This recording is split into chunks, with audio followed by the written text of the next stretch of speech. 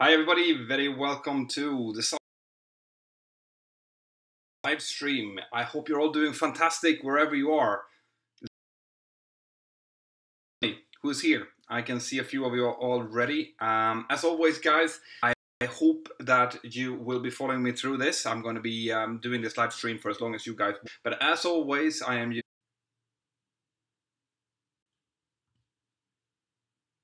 Okay, guys. So just let me know if you can see me, all right? Because my broadband is already playing up a little bit. How are you all doing out there? Have you watched my latest videos? What did you think? Did you like the impromptu little video that I made on board the aircraft?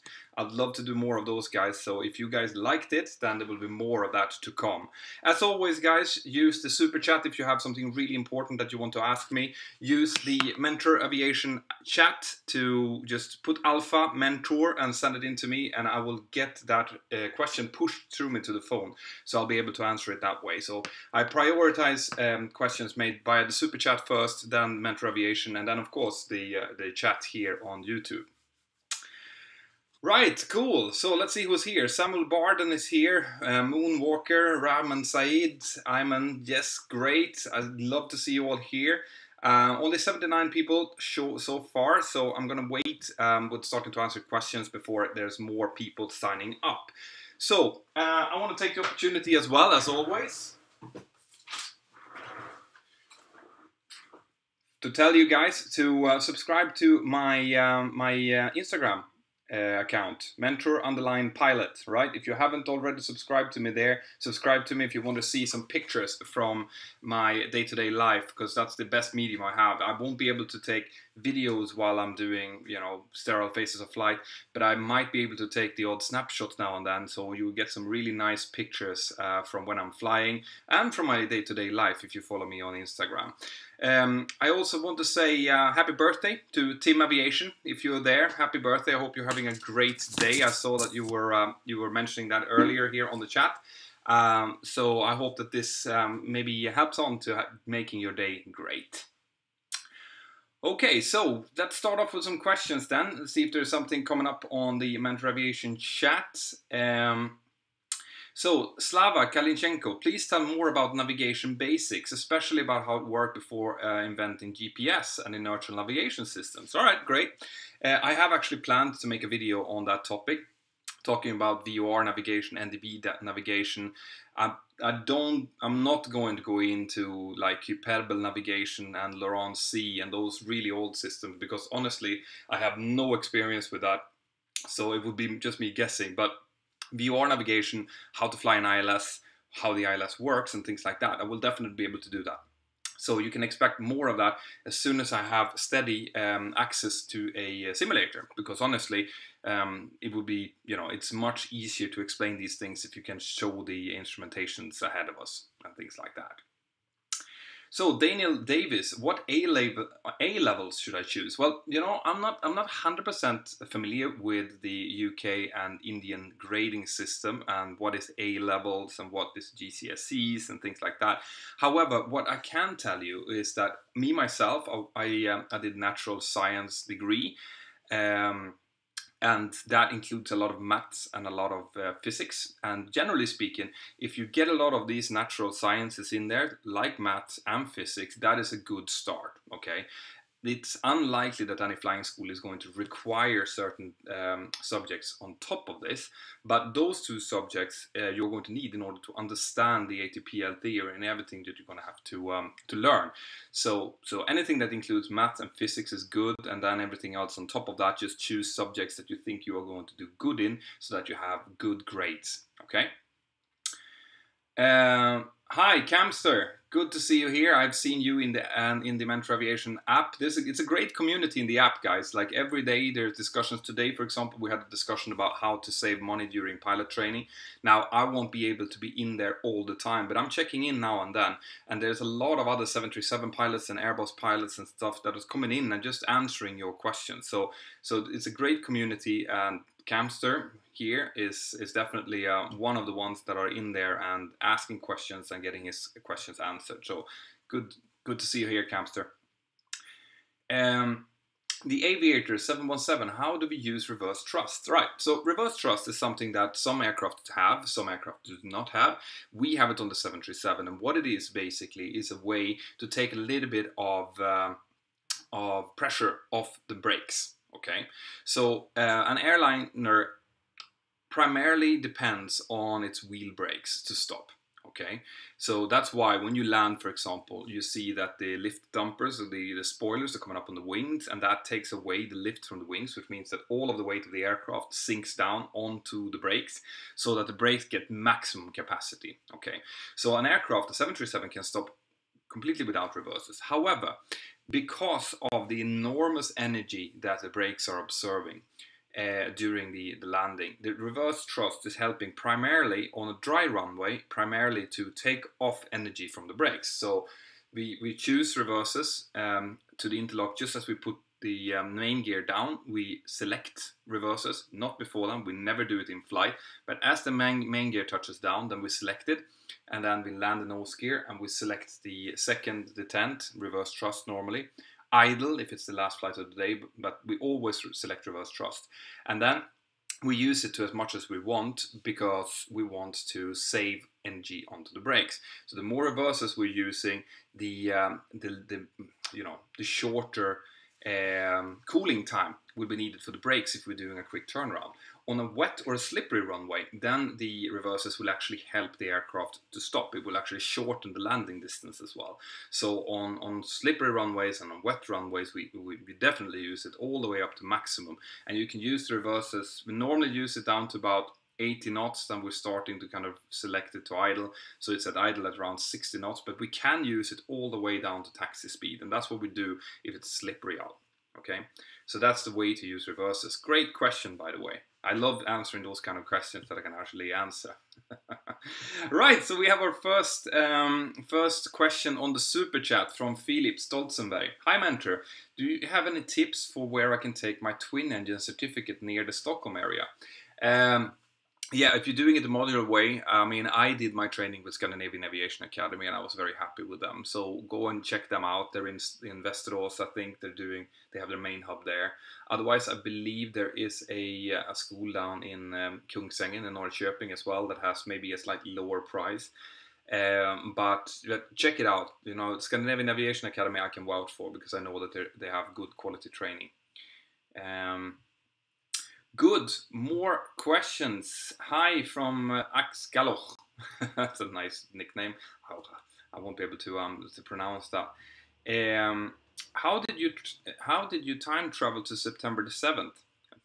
Yeah, well, I have actually named this the 9th. Okay, I don't know why YouTube pushed out that. So it is the 9th. Are you planning to start your own flight school? No, not at the moment. But I have different ways that I'm planning to use the fact that this YouTube channel is getting bigger and bigger. Okay, and I would like to use the potential pressure that I can assert in order to help you guys in one way or another. How that's going to turn out, I don't know. The future will show that. But I would love to be able to do something to help people who have not got as much finances to be able to do flight training. Like I said on that on the tweets that I put out that was retweeted a lot of times. I have some ideas now. All of those ideas will, in the aviation world, everything is about money. Okay, so at one way or another, someone is going to have to pay. Okay, now I have an idea on how to possibly get an intermediary to pay. And for the guys who are getting the training paid, maybe paying it back over several years instead, because people lacks funding in the beginning, but obviously as you get a job, then the funding will be there. So someone is going to have to pay. It's not going to be for free, but there's a potential mechanism that we could use in order to get people who have the talent but doesn't have the money to get the training funded. Not all of you. There's thousands and thousands of people out there, but if I can help just a few, that would be great. But I am going to have to get into contact with some serious investors in order to make that a reality. But I am as you've seen with my Mentour Aviation app and with all the projects I'm doing, I loved having a little projects going. Okay, and in my heart, I'm an entrepreneur. I would love to be able to build something that both helps people and helps me build a business. That's kind of the whole idea with this. Right, so more questions here from Memorigen. What happens if you run out of hydraulics in mid-flight? Yeah, that's not a good thing. We have 3 different hydraulic systems. The likelihood of you losing all 3 of them is very remote. However, it has happened. So there are procedures in force. Our procedure is called manual reversion. And that basically means that we are down to using our own muscle power to control the aircraft. The 737 is one of the few aircraft that still have physical wires connected from the flight controls out to the rudder surfaces. So we can fly it just like you fly a Cessna, but it's very, very hard work. Okay. So that, you know, we can do it. We would declare Mayday if that's the case, and we would have to plan to get a really long final, not too much crosswind and things like that. But it is doable, and we do train it during the type ready. So more questions. Let's see, we have some questions here on the Mentour Aviation app. Mentour, how far is the captain authority goes in the airplane? How far is the captain authority goes in the airplane? That's from Trio. I'm not really sure I understand that one. If you can rephrase that one, would be great. Hey, what does a psychometric test usually consist of? Good question. So psychometric testing is a few things, all right? They are going to give you a couple of 100 questions about your personality. Okay, so that this is when you go through an airline psychologist, you will get this test, which is generally a couple of 100 questions long, and it gives you answers that you have to answer truthfully. Okay, sorry, questions that you have to answer truthfully regarding, for example, your personality when it comes to, you know, what would you prefer this? Would you prefer this? How do you look at this? And then you have a couple of choices that you can make, and they're normally very close to each other, and then you just put the one that applies most to you, and from those 200 to 300 questions they will be able to build a fairly good picture of how your personality is. And it's almost impossible to cheat that test. Okay, just be as truthful as you can, and they will be able to see much more than you can think about. Okay, so that's one part of psychometric testing. The other part is where you do testing of your own capabilities. So for example, if you can do a lot of things at the same time, if you have if you can, you know, have spatial views so that you can see an object in front of you and you can guess how it looks on the other side. There are also short math questions, things like that. So it's a lot of different tests involved in the full psychometric testing. Okay, you can find out more or less how these looks if you go out and you Google it on the internet. You can get some examples of what you can expect, and I always encourage you guys to do that, not so that you can learn the specific questions, because you can't. They're going to be different on each and every test, but so that you can be familiar with the format. And the more familiar you are, the more psychologically prepared you are, and the more secure you would feel when you're in the actual test situation. All right, so I always encourage people to go out and prepare themselves as much as they can. What airline do you work for? I get this question on every single one of my live streams, guys, and I'm still not going to tell you which airline I work for. And the reason for that is because the airline has asked me not to mention them. Okay, they're perfectly happy. The chief pilot is perfectly happy with me doing this, as long as I do not, you know, act as if I am a spokesperson for the airline, which I'm not. Okay, so they don't want me to use their logo, they don't want me to use their name if I can avoid it. Most people can figure out who I'm working for anyway through my Instagram photos and stuff like that, but I'm not going to talk about my employer here. Okay, I hope that answers it. More questions on the super chat. Valerie Viscrano. I heard someone recommending the usage of question data bank when studying for the ATPL theory exams. What is your opinion on this? Yeah, I like, well, I don't like it, but I think it is a very useful tool in order to once again be kind of familiar with what kind of questions you can expect. All right, not the exact questions, but the format of the questions. I think that a healthy mix of you reading up, studying up on the material, and then using the question banks to find out where you have weaknesses in your theoretical knowledge is the way to do it. So you do it, All right, so you're studying a subject, let's say it's meteorology, and then you go in and you do the meteorology questions. And when you find out that, this one I got wrong and that one I also got wrong, well, then you go back into the books and you restudy that. Okay, so there's no use in just studying question banks, because then you will not understand what you're doing. But to use them both to get familiarity and to get an indication of where you need to study more is great, and that is how they're supposed to be used. Okay. Densino, do you feel acceleration during a sim session takeoff? Yes, you do. All right. So the sims can simulate acceleration and deceleration. They can also simulate movements, slight up and down movements like turbulence, so on, a little bit of side forces as well. But they cannot continuously give you G forces, for example, because that would need some kind of circular motion, and they don't do that. So the simulators are extremely good in most circumstances, but when you're practicing, for example, like advanced maneuvering, with high G loads or workload stuff, it cannot really remake that feeling in full. Okay, so it does have some limitations to it, but it's an absolutely fantastic tool to use. Brack4712, opinion on the crew of the United flight where the guy got dragged off the plane. How do you think the situation would have been different if it was a mainline United flight with a mainline United crew? Just give me a second to think about that one. Yeah, I am addicted to coffee. It's my only addiction, and it's a bad one. Right, so I've seen that footage. Everyone in the world has seen this footage by now. Okay, there's a couple of things to think about when these kind of things happen. All right, you can be absolutely sure that that incident was not the intent of United, or even, I don't know if this was a code share or whatever it was, but no one wanted that to happen. Okay, it was likely to be some kind of misunderstanding, some kind of miscommunication between the airline, the cabin crew, and the safety officers. Okay. Now it happened. It was very unfortunate. I believe that they have apologized for it. I hope they have. They will probably pay a hefty fee. I have no idea whether or not mainline United would have done this any differently. But the only thing I can say is that when things like this happen, you can be absolutely sure that there's some circumstances in this that we don't get to see.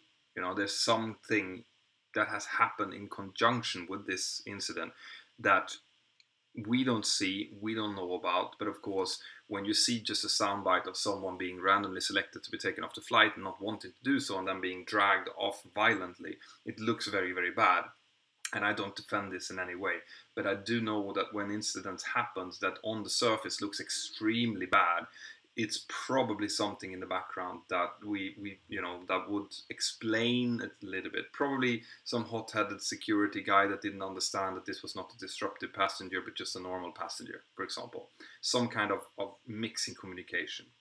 Very bad.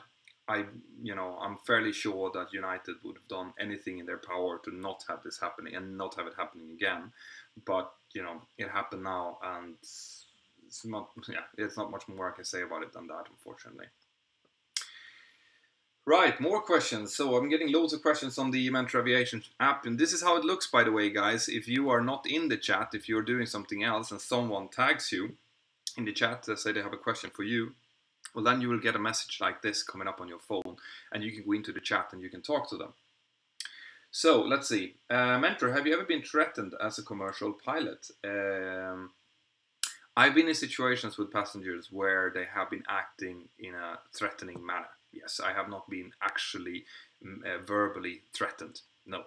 But you get into situations where you might have disruptive passengers, and I've been in a situation where I felt that I needed to protect my crew. Now, this has been very after these kind of incidents has happened to other people, not to me, but other of my colleagues. The company has made it very clear that the pilots should not get involved when it comes to disruptive passengers, for the simple reason that there have been pilots physically injured, people being punched in the face and stuff like that, and an injured pilot will not be good for anyone. And the ones that are actually trained with handling passengers, actually trained, are our cabin crew. They are the ones that should be dealing with it, not hot-headed pilots getting out, not knowing really what they're doing, not knowing the background, but getting in, into a fist fight with a passenger. So this has happened in other airlines. I think can get very quickly out of control. So we should not get into the middle of things like that. Okay. Right, more questions popping up on the super chats. Very, huge thank you to you guys who are using the super chat. By the way, it's a way of supporting the channel as well as getting your answers to your questions. How do you deal with a mid-air fire? What do the QRH tell you to do? Yeah, the QRH, the first thing that the QRH tells you to do in case of the smoke, fire, fumes checklist is to consider the high diversion. Okay, and this is what I will do. Whenever I would hear the word fire in the back, I would immediately start a diversion towards the closest possible airport, okay? Because I know, as with my experience as an airport firefighter, that if the cabin crew, who are going to be the ones fighting the fire, if they lose control of the fire, we have between 15 to 20 minutes to get everyone down on the ground in one piece, all right? And that might include an off-field landing if there's no suitable airports around. In Europe, fortunately, there's almost always airports around that you can go in and land on, but I'm telling you that, like I said, I've done a video on this. If you checked out Pilot's Worst Nightmare, I've been talking about this there. Fire is nothing to play with. Okay, one of the pilots will be flying. He or she will be concentrating on diverting. Okay, the other one will be doing the checklist, which might include things like if the smoke becomes the greatest threat, because it very quickly becomes the greatest threat, they would do the smoke removal maneuver. It's not something we do initially because it actually can fan the fire and make it worse. It includes things like depressurizing the cabin to suck the smoke out. But they will be continuously working on this checklist, and the checklist says specifically to not hold off a landing in order to complete the checklist. So one of the pilots is concentrating on getting the aircraft down, the other pilots are trying to keep the aircraft as survivable as possible. And this is a very severe situation. So this is one of those situations where we would just land and evacuate the aircraft immediately. Right, more questions. I'll take one from the normal chat as well.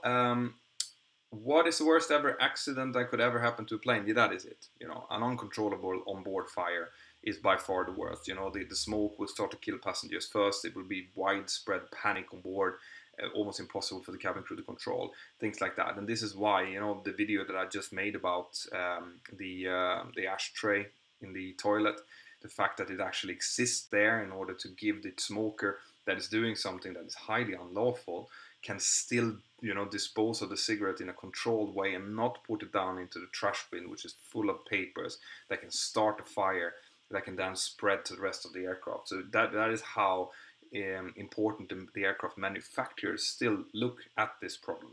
And this is why people don't want you to, for example, put your lithium-ion batteries into your checked-in luggage. You have to keep them on you so that a battery fire can be quickly found and controlled rather than being in the hold. There are things that, there's thousands of little things that you don't really realize when you're flying as a day-to-day passenger, but that we think about all the time. Okay, so when the cabin crew is telling you to do something, or when the check-in girls or boys are telling you to do something, it is for a reason. Okay, it is never just a stupid thing that the company has come up with. There might be things like baggage fees and stuff like that is purely company, it has nothing to do with safety. But forbidden items, for example, very important to listen to. What are the auto brakes and which number do I select in Independence? Yeah, so that depends on how long the runway is. You have little, you can go into your QRH and you can see auto brake distance, auto brake landing distances, or at different weights. And you just decide which auto brake you want to use depending on if you have, for example, an intersection that you want to make. Say that you have a really long runway, but about 2/3 down the runway there's an intersection that cuts down on your taxi time. Well, then maybe you want to be able to land so that you can safely take that taxiway. Well, then you calculate using a higher auto brake setting. Very rarely using 1, 2, and 3 are the most common ones, and max is something we also very rarely use because max is very, very violent braking. Did Boeing solve the rudder hardover problem on the 737? Yeah, they did. They did make a slight change to that. So the rudder hardover checklist is gone. There is a force, what's it called? The force feedback. What's it called? Light. I can't remember it now. But yes, they did fix that problem that they had before. So it's not really an issue anymore. Right, Mentor, what is LNAV and VNAV? LNAV and VNAV is lateral navigation and vertical navigation. Lateral navigation being the route that you've entered, it will just follow the route that you've put in. And VNAV being the vertical part of the navigation that calculates when we should start our descent, for example, in order to reach with a nice idle descent down to our approach. It also calculates a climb, and it takes into account things like altitude restrictions. So if you have altitude restrictions during your standard instrument departure or arrival, it will take that into account. It's a very, very good mode. It's very useful in commercial operations to keep our safe. You know, when we're talking about the autopilot and how the autopilot is helping humans, it's like the third pilot. It's true, especially when it comes to these modes, because they take away so much workload from us that we can then use in order to focus on other more critical stuff. Right. So, David Reedman, you've asked the same question again. I hope that you got my first response to it regarding the in-flight fire. Then we have Apurva Massey. Thank you very much. How to select the best flying school, and what would be the best? Like to complete all the ground classes first and then go for flying, or should you do both together, keeping finances in mind? Right, so best flight school is impossible to say because it's going to be up to you and your financial resources and where you live and things like that. So you're going to have to go in and do some proper research here. You're also going to have to try to choose if you want to do it modular or if you want to do it integrated. If you're doing it integrated, the school will tell you exactly what you need to do. You know, if you should be doing theoretical training first and then flying. Most of them do a combination of this in order to save time. But if you're doing it modular, you can choose what you want to do, and in that case you can choose, for example, Bristol Ground School is a good example of a theoretical school that does distance learning. I think it's fairly economical as well, and then you can just choose whatever school is most economical for you, having taken into account, you know, how good quality of training they have, what kind of feedback you have, how you feel about different instructors when you go there. So always go and visit the school before you choose. But basically, what I'm trying to say with this is how to choose flight school. You can save tens of thousands of euros if you just spend a couple of weeks checking out schools, googling schools, finding different schools, put them up in columns next to each other, find pluses and minuses, make a diagram. What is best with this school? Why is this school better? Why is that school better? Try to find that. Look at the pricing, look at everything involved, and then choose based on that, all right? So don't just go because someone has told you that some school is better than the other. Do proper research yourself, because that can save you loads of time, loads of money, okay? So make sure that you do that. That is probably the single best advice that I can give you today. What is the procedure used for radio failure, from Caleb? Good question, Caleb. There are some international rules when it comes to radio failures, depending on when it happens and what kind of, if you're in VMC or IMC.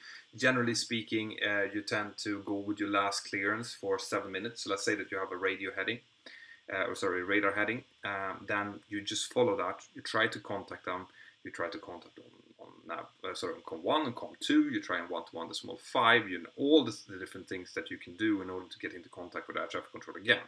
You'll find frequencies on your low-level charge for whatever area you're in Europe. But if you cannot, it turns out that it's complete radio failure. Then you squawk 7600. You put you do your last, you follow your last clearance. Now I'm gonna have to take this straight out of memory, guys, so don't quote me on this, but I think you follow your last clearance for 7 minutes and then you resume the route that you were on. You continue fly to your destination, and at your estimated approach time, as in when you have planned to start your approach, you actually start your approach. So you go into a holding if you're early, sitting holding until your approach time, and then you descend in the hole down and you shoot your approach and you land. All right. So that is, you know, basically the procedure to follow. However, in different airports, for example, in big TMAs like in London or Paris or any of the big airports or TMAs around the globe, you will find specific instructions for radio failure. So you have to get your Jeppesen supplement, check in the emergency section, find whatever place you're going to, and read up on what is the specific procedure in that area. Okay, because it might be different than the general one. Right, Karan, thank you very much for, I don't see a question there, so as always you can go onto my Facebook page and ask me if you had a question there, and I'll try to answer it for you. David Reedman, how many hours do you need to fly before you need to be a co-pilot captain? All right, excellent question. So the hourly requirement, that differs largely between different airlines, okay? So if you're working for an airline that is heavily expanding, for example, they need captains, then it's likely that first of all, to become a first officer, it's different between the UK and the US. In the US, you need 1,500 hours. You can reduce that if you go on to one of the aviation universities a little bit, or I think if you have military background, but say 1,500, right, in order to get a first officer job. Then in order to become a captain, generally it's about 3,000 hours as an absolute minimum.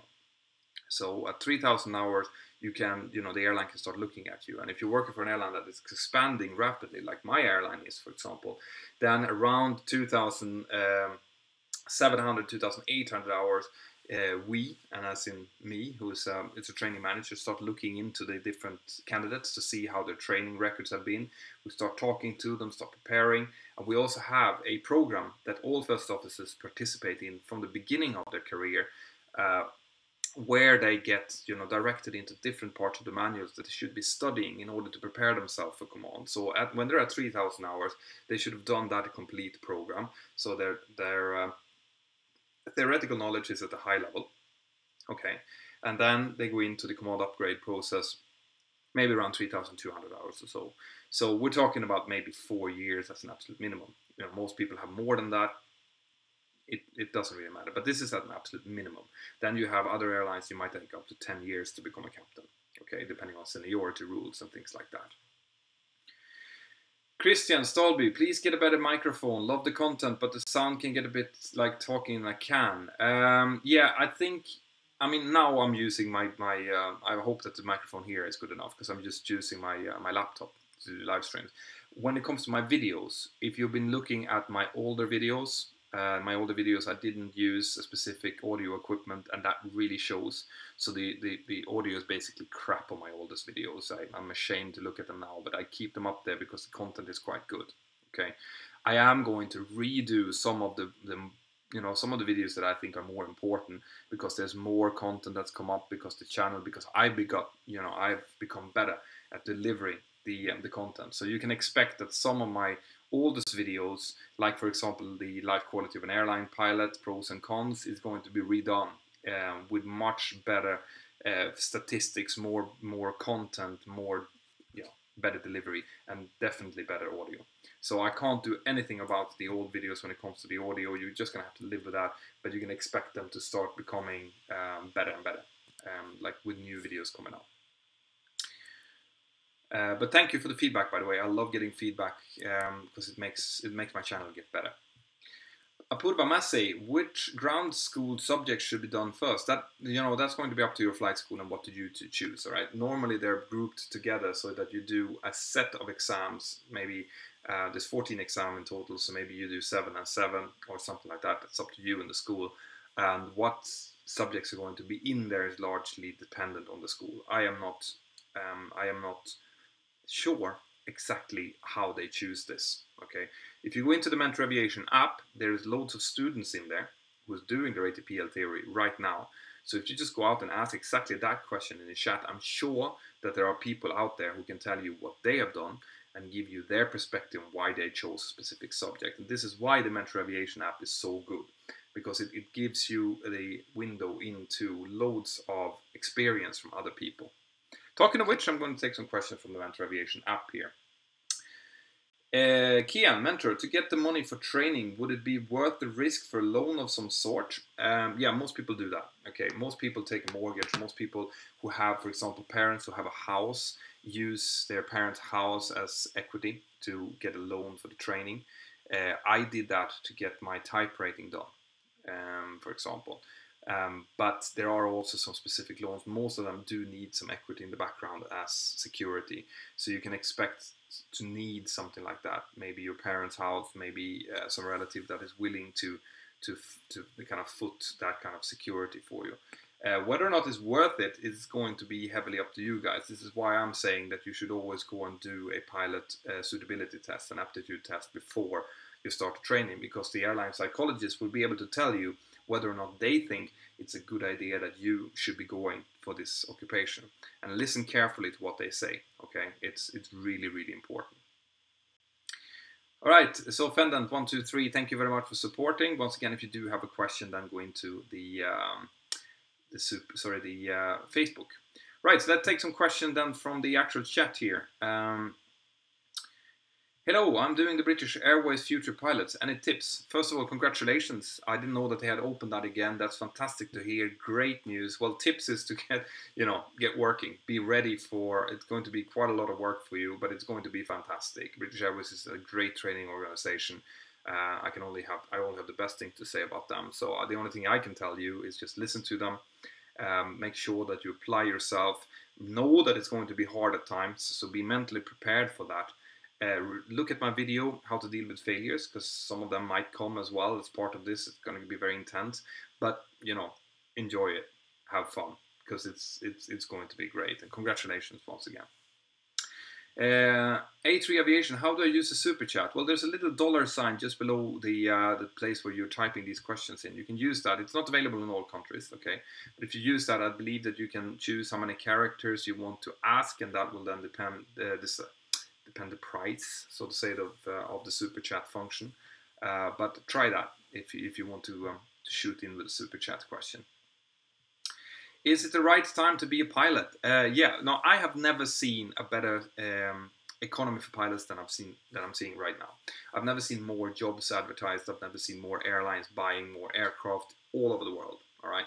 That together with quite a lot of people going into retirement, so I'd say right now is very good. However, and I always say this, you never know what happens in this industry. Okay, this industry is very volatile. If Donald Trump would suddenly decide to attack North Korea, well then, very quickly things can change in the aviation industry. So there's always a bit of a caveat. Starting the training, you're going to have a delay of about 2 years, but no one knows. I started my training in 2000 and I started in 98. I was done just after September 11th. So before then it looked okay. After September 11th, no jobs at all. All right, I managed to get a job anyway. I was extremely lucky, but it just goes to show that something like that can happen, and it just throws out all the scripts out the window. All right, cool. More questions. So I'm getting more into the Mentour Aviation chat here.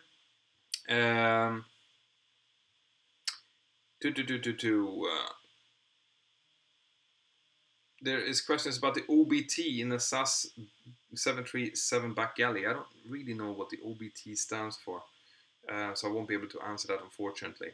Mentor, do you sometimes play flight simulators? No, I haven't done that. I haven't started doing that. I've gotten that question quite a lot. I've understood that you can stream like FSX and PDMC and stuff like that.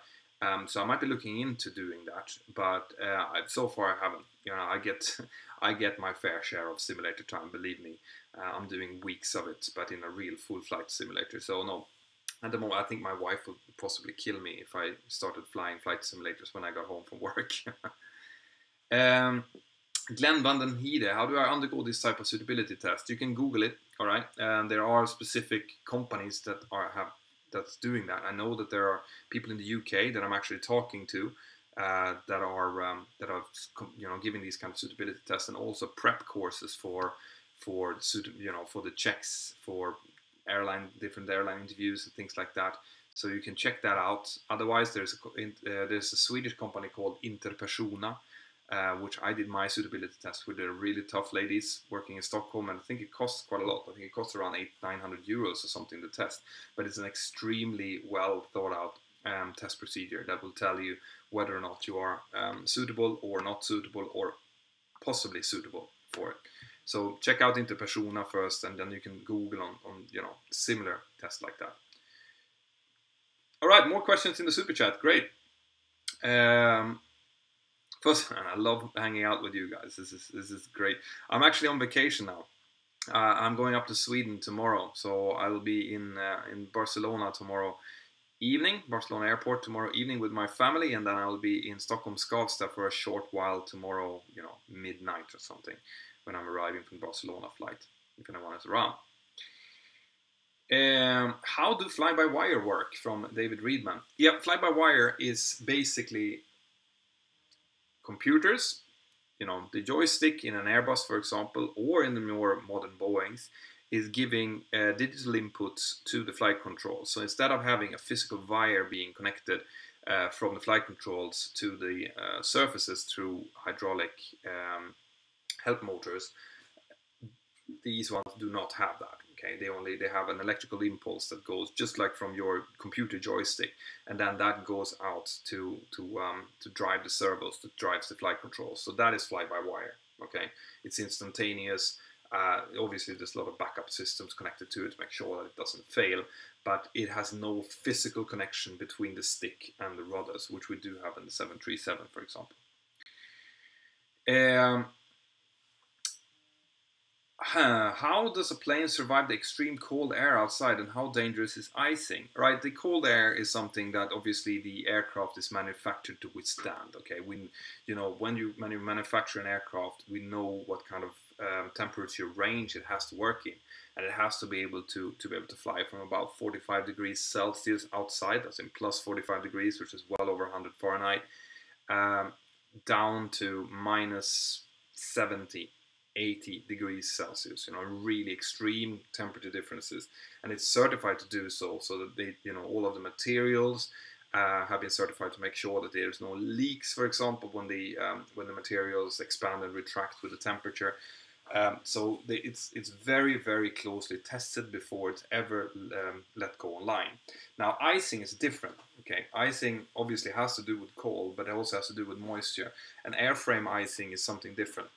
So airframe icing gives a couple of problems. It adds weight to the aircraft as one, but mostly it changes the aerodynamic shape of the wings and the control surfaces into a form that might not be suitable for flying at all. Okay, so yes, icing can be very dangerous if it's not treated, especially icing on the ground. So that's why we always de-ice the aircrafts before we go anywhere. There is some small patches on the wings. You can see this on the 737. If you look out on the wing on the 737, you'll see some areas that are covered with, not covered, but surrounded with black edges. Inside of those black edges, it's allowed to be a little bit of frost. Okay, what's called non-environmental frost. It's basically frost that is formed because there's cold fuel in the wings, and when there's moisture that's sitting on top of the wing, it freezes and becomes a bit of frost, and those are allowed within that, providing that they're not more than a couple of millimeters thick. Okay, but any other type of ice has to be removed from the wings. Okay, so if it's snowing, if it's icing conditions like freezing rain, for example, things like that, it has to be removed, and we have to treat the wings and the stabilizer, the fin and the body actually, with de-icing fluid before we can take off. Then once we're airborne, it's going to be harder for the ice to actually stick. So we have some anti-icing on the engine cowling, for example, make sure that there is no ice building up that they can crack and fall into the engines. And we also have de-icing on the inboard 4 slats on each wing in the 737. So there's actually no de-icing on the on the outer edges of the wing. You can see that if you're flying in icing conditions and look out on the wing, you can see when it's kind of melting off, because we're using bleed air, hot bleed air to de-ice. You can see that it's gone from the big part of the wing, and then on the outer edge there's still a bit of ice still there. So we're using these kind of anti-ice systems, and of course we have anti-ice systems on our pitot probes and similar, like the alpha vanes, for example, as well. So yes, we do take icing very seriously. It's one of those things that we have a lot of time to talk about during line training, and during your ATPL theory, you're going to learn everything there is about different types of icing as well. So yeah, be careful with icing. How frequently do you fly single engine piston, IFR and VFR? How do you feel that kind of flying would does complement your ATPLs? Also, is there an age bias for ATPL? Is 35 too old? When it comes to age bias, I've done a few videos on this. No, it's not too old. Some schools actually do have age limits. They don't take in students, like Scandinavian Aviation Academy told me that I don't think that they take in students that are older than 36. That's their own choice, okay? I have met people in my airline that have gotten their first aviation job when they were 50, and they're going for their command now at like 55 or 56 or something. So it is still possible. However, obviously due to the demands of life, it can be harder to actually be able to be as flexible as you need to be, and still become a pilot. And it might take you. You might have to be moved to a different part of the continent. You might have to work for quite low salaries in the beginning and things like that. But yes, it is possible. In the beginning of your question, you asked about single engine. I have actually lost my single engine rating. I'm not allowed to fly single engine anymore because I haven't flown it for 10 years now. I haven't had any reason to fly it. I haven't had the time to, after work, go out to the airport and do everything that is needed in order to fly single engine. However, that might change now as my sons are getting older. They're getting more interested into the aviation business. Then I might take it up again. It's a fairly short course for me to take it up, and I might go flying single engine again because it is lovely. I remember doing it. It's very weird to go from flying the 737 to fly a Piper 28, but it's great. The stick and rudder feeling of it, the actual flying, hands-on flying, is to a certain extent more fun in a smaller aircraft than it is in a big one. Do you recommend flying gliders along with PPL? Yeah, absolutely. Flying gliders gives a very good feeling for your aerodynamic sense, right? Your understanding of aerodynamics and weather and how to interpret different weather phenomena, things like that, is going to have a really positive impact. So, I have friends. A very good friend of mine, for example, is a captain on the 777. He still does. I believe he still does competitions actually in gliding, but he does gliding every winter. He goes up to Sweden and does some gliding outside of Åre. So yeah, absolutely. If you like gliding, continue doing so. Can you join an airline if you start training at 35? Like I was saying before, yes, it is possible. Some airlines might have age restrictions on it. I'm not 100% sure about everyone. My airline does not, so it is possible. What is line and type rating? Okay, so type rating is the specific course that you need to do for every single aircraft that you're going to fly. Okay, if you're flying a transport category aircraft, every one of them is going to have a type rating, which is about a 2-month course where you get to learn all of the technical systems, the handling, the emergency handling of the aircraft, and then you do a skill test at the end of the course. And after that, it's going to be added into your license, and you'll be able to fly it. Okay, you need to do a type rating in order to fly those, transport category kind of aircraft. Line training is what follows after that. So generally speaking, you do your type rating, and you do that with an airline. So an airline has trained you now to get a type rating into your license, and after that, before they can let you go to fly with normal captains, they will give you line training, right? And that is with the line training captain in the beginning, normally with the safety pilot as well, until they feel that you're good enough to be, to get rid of the safety pilot, and then you'll do a whole host of, like if you're a cadet, our type rating program has a minimum of 68 sectors flown to be line checked, to fly with normal captains, and most people end up about 80, 85, maybe up to 100 sectors before they are let out, which is a good 3-4 months of line training. Okay, but that's just my airline. It might be different in others. Right, guys, you're on fire today. There's loads of questions coming up, and they're really good questions as well. This gives me a little bit of a window into seeing what you guys want me to talk about. All right. By the way, I have an idea. I was thinking tomorrow I'm going to be flying as a passenger. Would you guys be interested in knowing, how I think about flying as a passenger? What I think about, what kind of tips and tricks there are, and stuff like that me and my family my wife being an ex-flight attendant and me being a current captain, what we think about.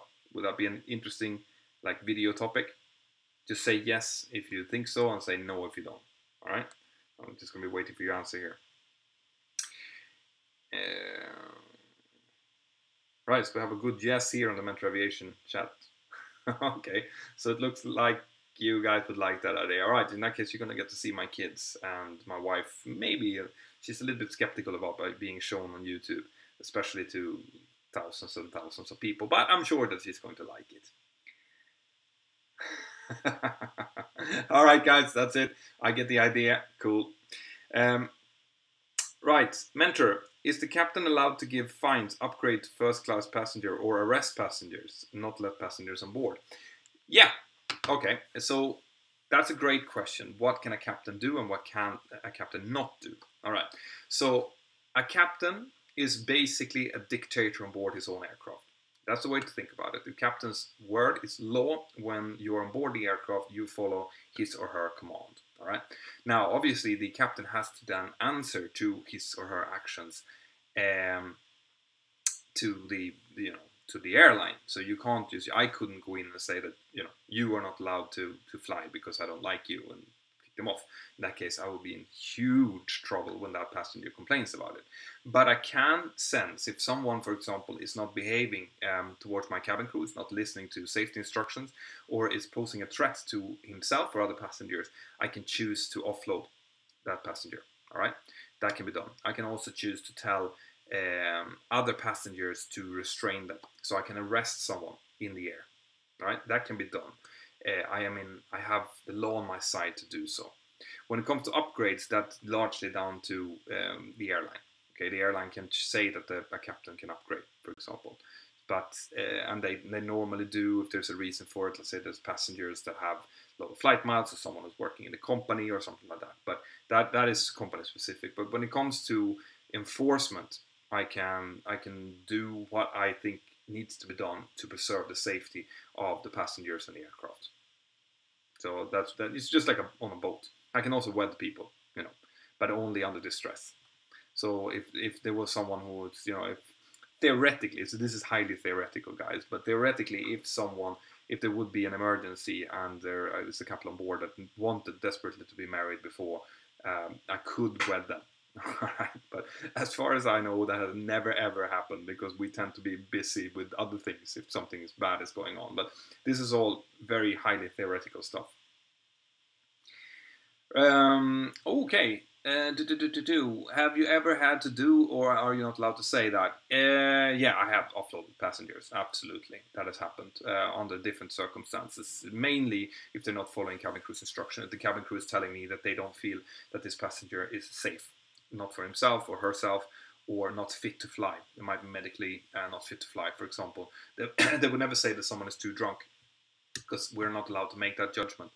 But they can say that someone does not seem fit to fly, which can be medical reasons, or could be alcohol related, or could be something like that. But generally, when someone is being offloaded, it is because they are not following safety procedures, and they have been given multiple warnings, and they're still not complying. They're not putting the seatbelts on, or they're cursing at other passengers, causing. This is something that I'm definitely going to do a video on. I can see that it's even interesting to talk about it. So I will do a video about disruptive passengers if you guys want me to. Sounds like a good idea. Right, guys, so there's more questions coming up on the super chat here. How can an experienced pilot change airlines without starting at the bottom of seniority? Yeah, you're going to have to check with the airline you're applying to what kind of rules they have in force. All right, so if you take, for example, Emirates is a good example. So Emirates is a big airline. They have very good remuneration packages, salary packages, stuff like that. Now, if you go, for example, to American Airlines or to Delta, you are going to have to start at the bottom, because that's what the seniority says, this is what the unions have said, so there's no way around it. You're not going to be able to jump in unless they are like hiring a chief pilot position or something external, like a management position. That might work, but as a line pilot, you will have to start from the bottom. However, if you look at companies like Emirates, for example, from time to time, they're saying that we now want direct entry captains. Right? This means that if you have the requirements, which is normally a certain amount of time and a type rating possibly, or at least a certain amount of jet time, you can apply to start as a captain.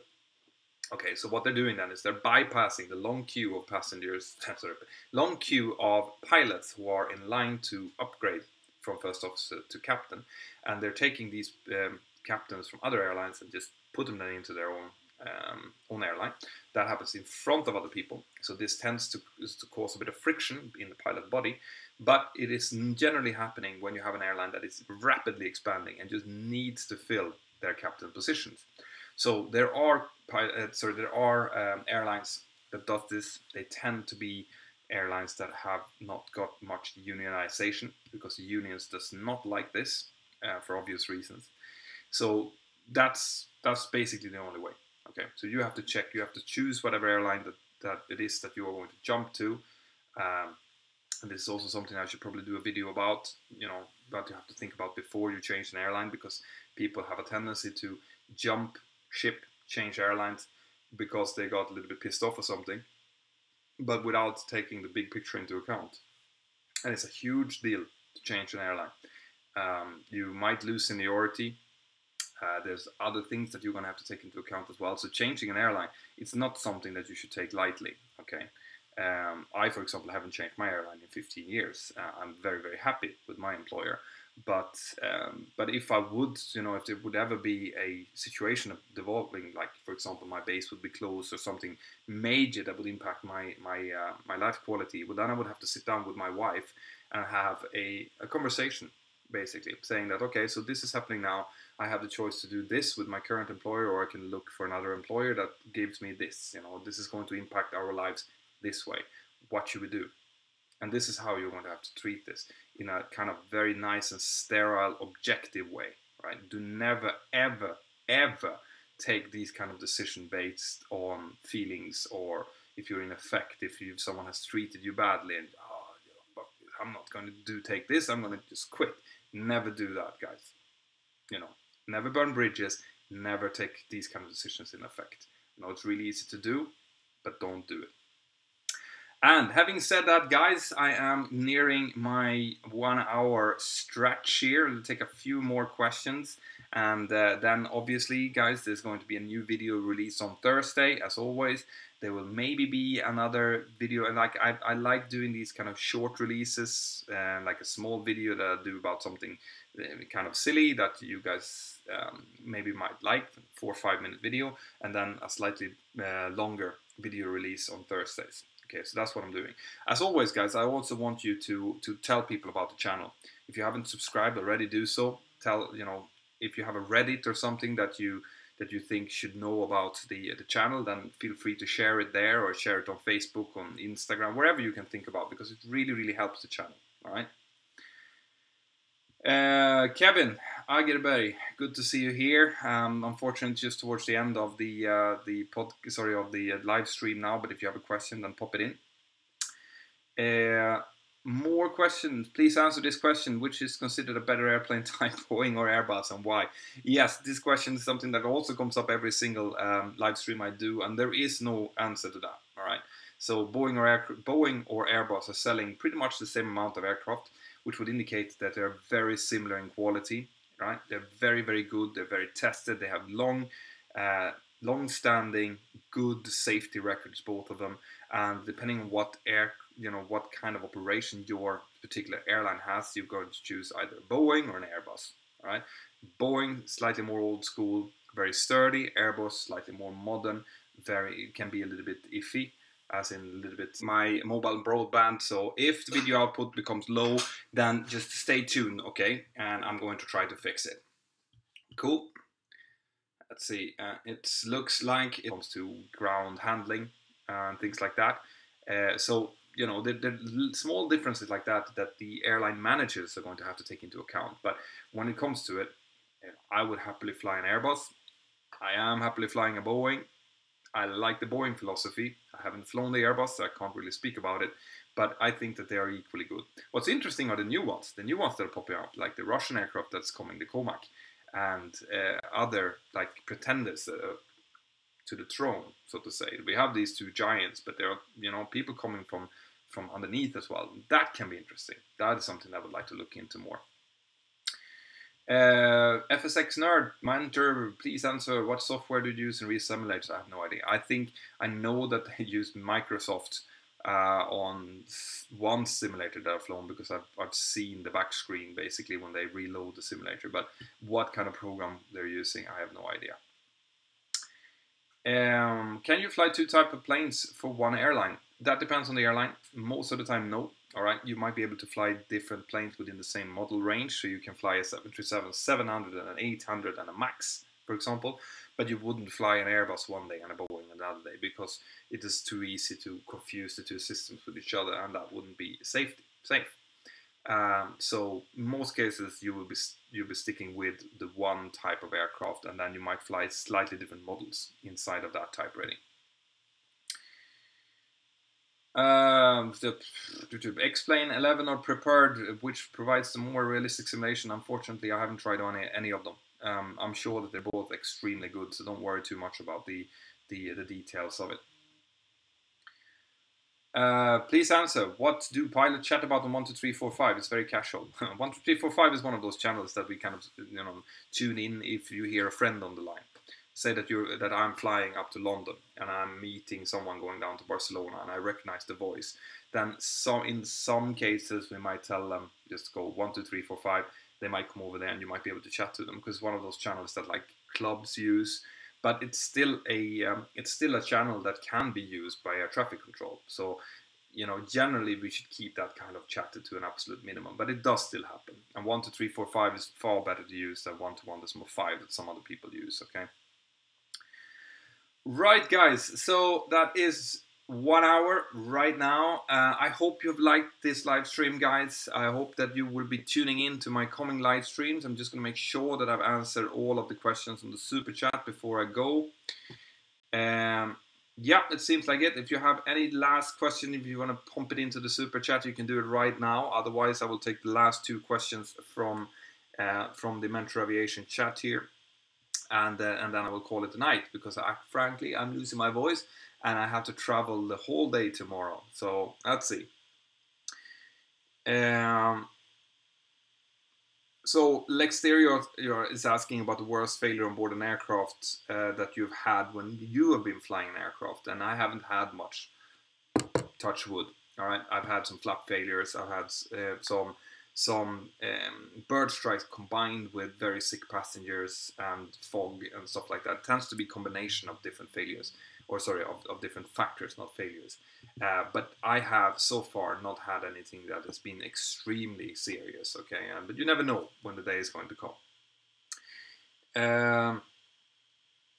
So Lexterio, I see that you're asking like 50 questions in a row here. Please don't do that on the chat, because it just clogs up the system and doesn't let anyone else ask. And cool. Do you hate glasses during the flight, or do they don't make any difference to you? Because I can see pretty well. No, I wear glasses. All right, I have no problems with wearing my glasses. I didn't when I got my medical class 1 when I was young. I didn't have any glasses. When I passed 30, I suddenly noticed that my vision was going a little bit down on my left eye. So I went to check it out, and I needed glasses, but only from the left eye. Okay. So I'm using my glasses because I get a headache otherwise. Like now that I've been doing this without glasses for a full hour, I'm feeling it. I'm starting to get a little bit of a headache. So I definitely like my glasses. Now, some people are using contact lenses as well. Now, the problem with contact lenses that I've heard has been that it can get quite dry in the cockpit, and the contact lenses can dry up a little bit. So you might need some eye drops and stuff. But then again, it might be differences in quality on contact lenses as well. I use glasses. I have no problems with that. I also have special lenses on my my Ray-Ban sunglasses that I'm using, which works perfectly. So that's the way I do it anyway. So Håvard Denset, you are the last one giving something on the super chat. Thank you very much, guys. Thank you all of you who have been supporting the channel on the super chat. It's greatly appreciated. As always, follow me on Instagram. So remember, Mentor_pilot in order to find me on Instagram. Otherwise, you have my Facebook where I'm posting stuff as well, and then obviously here on YouTube that I think that you're actually going to like. So without further ado,